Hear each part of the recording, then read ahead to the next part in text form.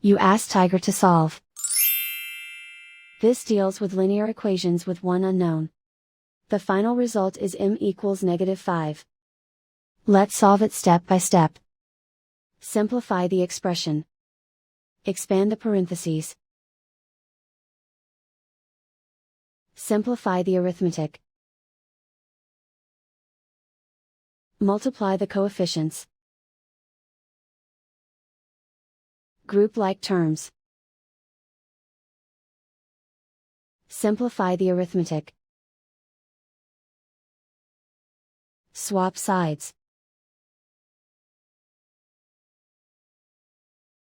Group all constants on the right side of the equation. Subtract 2 from both sides. Simplify the arithmetic.